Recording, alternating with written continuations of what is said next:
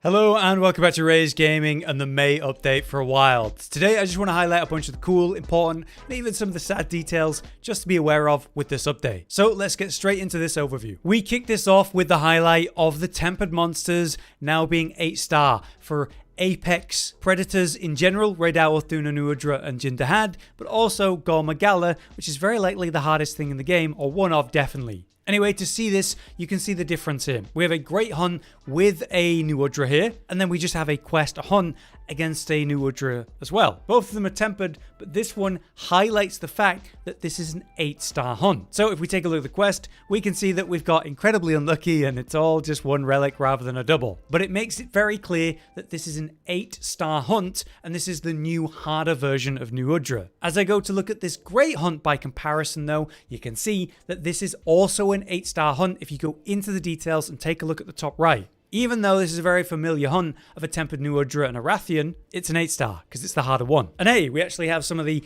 double rewards in this case. I've also noticed in general that change that's come in that's really nice. They've made big increases to the harder monster spawn chance, the rate of which they spawn in, the higher level you are in hunter rank. Higher difficulty quests should now appear more frequently as your hunter rank increases. Further, they've just increased the spawn rate of quests with multiple monsters, so great hunts in general are a lot more common. But a weird detail is that they've increased the appearance rate of all tempered monsters excluding Duna, which we really think is going to get the arch-tempered version in the summer update, and for some reason them singling her out like that makes us think even more so. Anyway, I definitely noticed this change in not only the great hunts, but the difficulty of the monsters. Just standing here, we have this 8-star version of new udra in a great hunt, and then solo, and then take the iceshard cliffs. We have a tempered arkveld and a great hunt with a tempered arkveld right there, and then two nerzillas with one being tempered. We have a great hunt here, both tempered, a normal version of a great hunt, and a double tempered over here as well. So yes,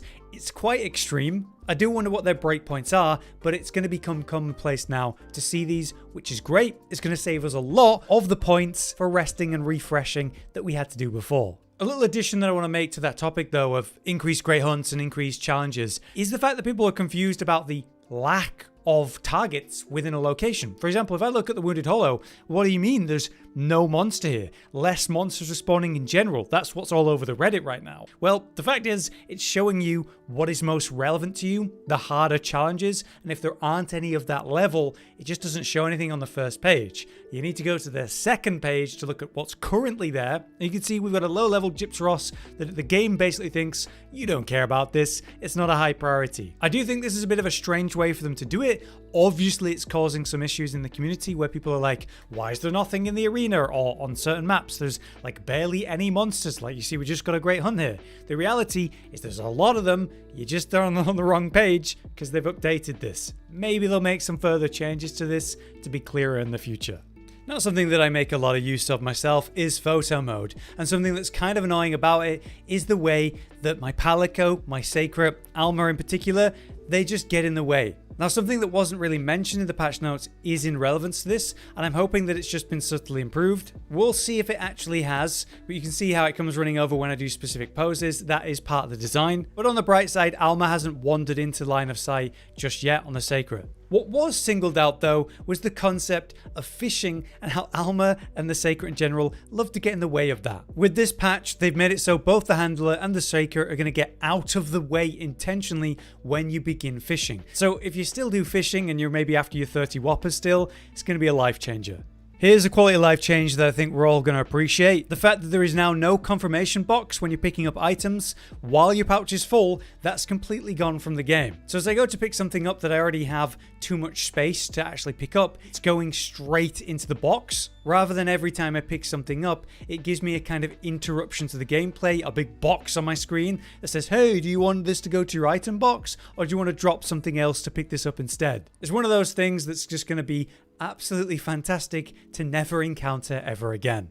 Alright, so for changes, we have a pretty sad change to maximum might that apparently was a bug that they've fixed. Basically, there was, quote, an issue where the effects of the skill maximum might would not deactivate properly. So we had in Title Update 1 this delightful change to maximum might that changed the meta of the game a little bit. It was the way that if you got back to full stamina within 2 seconds, you'd maintain maximum might and never lose it. Whereas before title update 1, it does what it's doing again. So as I drop out of my max might stamina and get back into full, I don't drop max might. But that's the first time. Let me do it again. See how it dropped that time? Basically, we're back to that 2-second total buffer. So as I spend 1 second here, let's say I'm still maximum might, but it maintains that buffer timer. So as I spend the last 1 second here, it immediately drops. I have to wait a few seconds, and then it comes back. This sucks because it was so nice to have that buffer, especially for lots of builds. Basically, it means that Fulgur Anjanath meta might come back a little bit. If you're unaware of what I mean, it's Fulgur Anjanath's Will, the set pieces 2 and 4. Quite commonly, meta, those max might players would run Fulgur Anjanath 2-piece for that additional stamina gauge to help protect you against this effect. You can see that we have a little bit more yellow at the top left. So as I drop out of full stamina of that, it doesn't actually affect maximum might in any way. So it gives you the protection that we were basically enjoying post title update 1. But now you kind of require the 2-piece. As you can see, I drop out of full stamina for real, and their maximum might drops on the second one. So we might see a return of the Fulgur Anjanath 2-piece meta once again. Next, a cool feature that they've mentioned would come eventually, and it finally is in the game.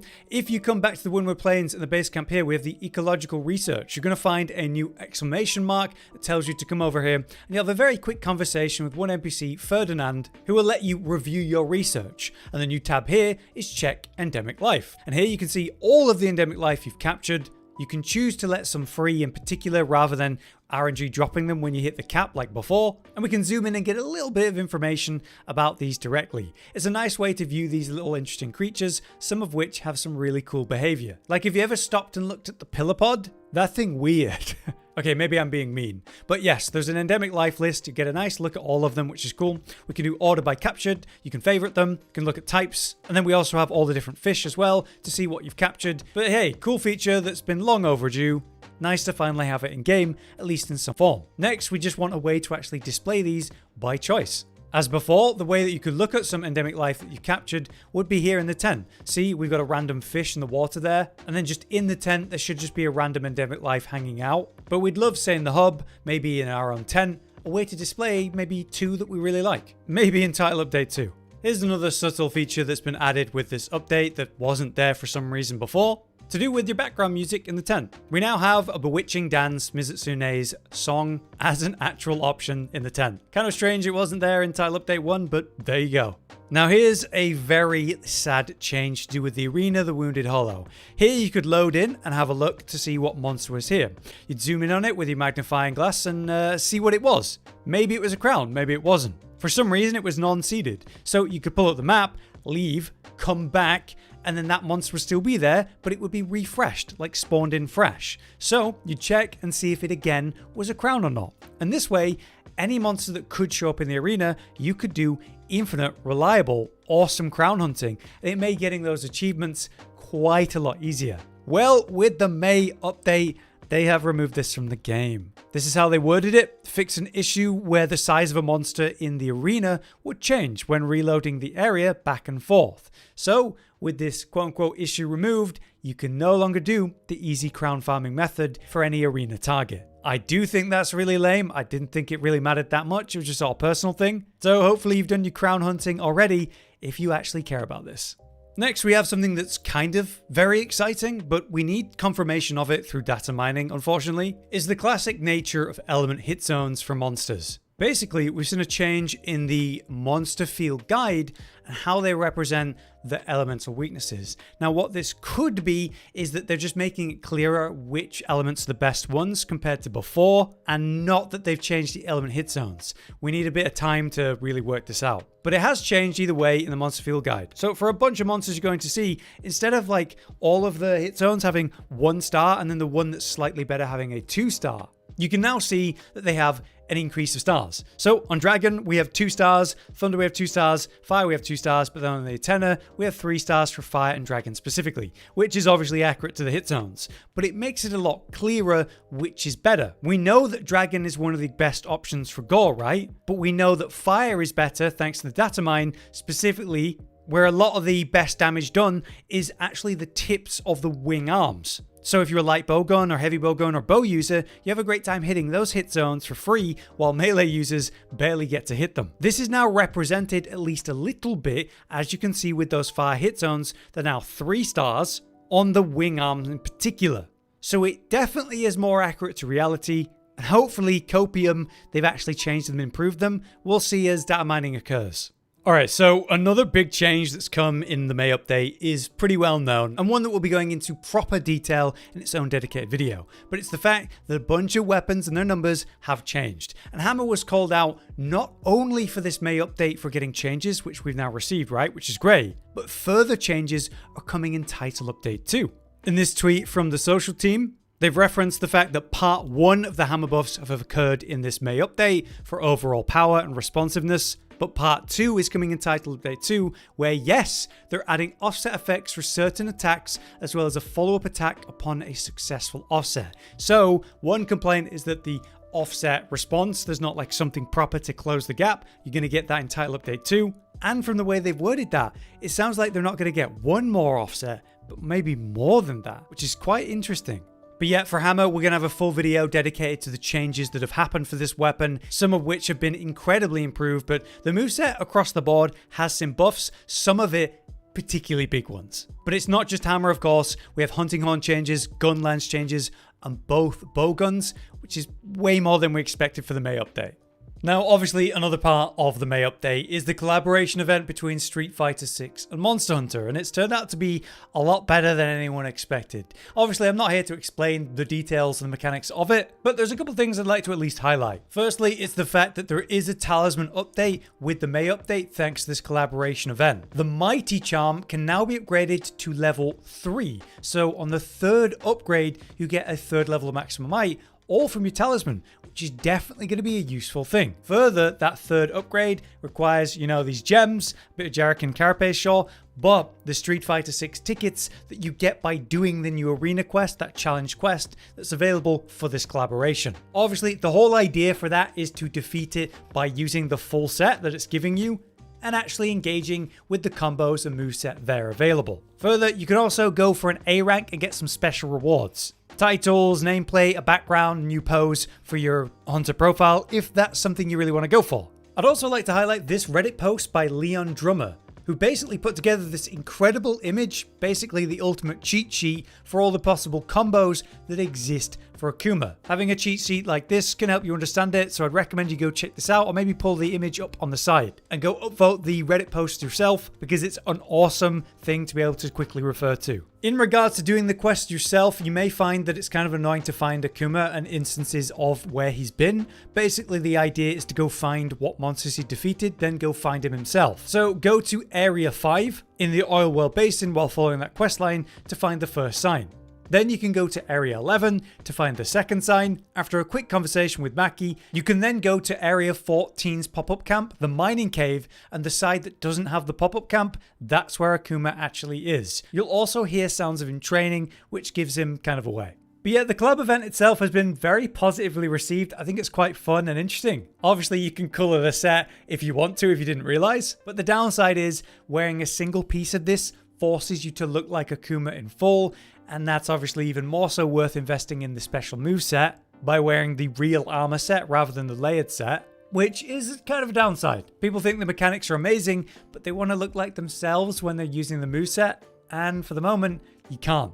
I'm not expecting them to budge on that, so it is what it is. Right, as we get towards the end of this video, there's a couple things I want to mention for Title Update 2 and future content actually. One big reveal is the fact that layered weapons are coming in Title Update 2 is now confirmed. This is a massive relief because obviously people are sick of looking at the artian weapons and how kind of bland that's become. Keep in mind guys that it's normally not until the expansion of the game that you see layered weapons in a Monster Hunter game. So this is ultra fast, and the fact that they're just putting the whole thing in is a huge shock to me as well. Another thing coming in Title Update 2 that we know about now is the fact that stats for your weapons, the usage stats, they're not going to be shown in your arena, challenge, or free quests in the future, and you can have a way to actually reset your weapon usage stats at that point. Why does this matter? Well, there's people out there that just don't like that they've used a certain weapon even once. They want to keep it clean or be a purist, and it kind of ruins that vibe when you have a second weapon, for example, that you never use either. So it gives them a way to reset and kind of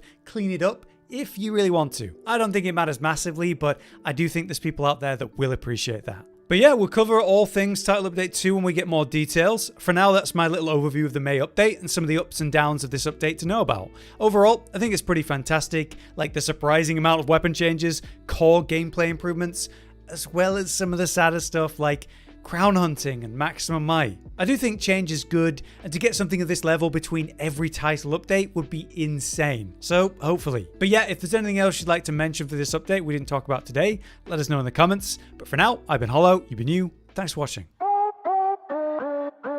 Josh, Cotton, and Hollow with the videos, dropping the humor like a hammer on your tippy toes, bringing entertainment on a daily arrangement to take our insanity and turn it into entertainment. Yes, I said entertainment twice, to reiterate that it is nice to look into your faces on a mostly daily basis when you let us in your homes to make the whole world a stage.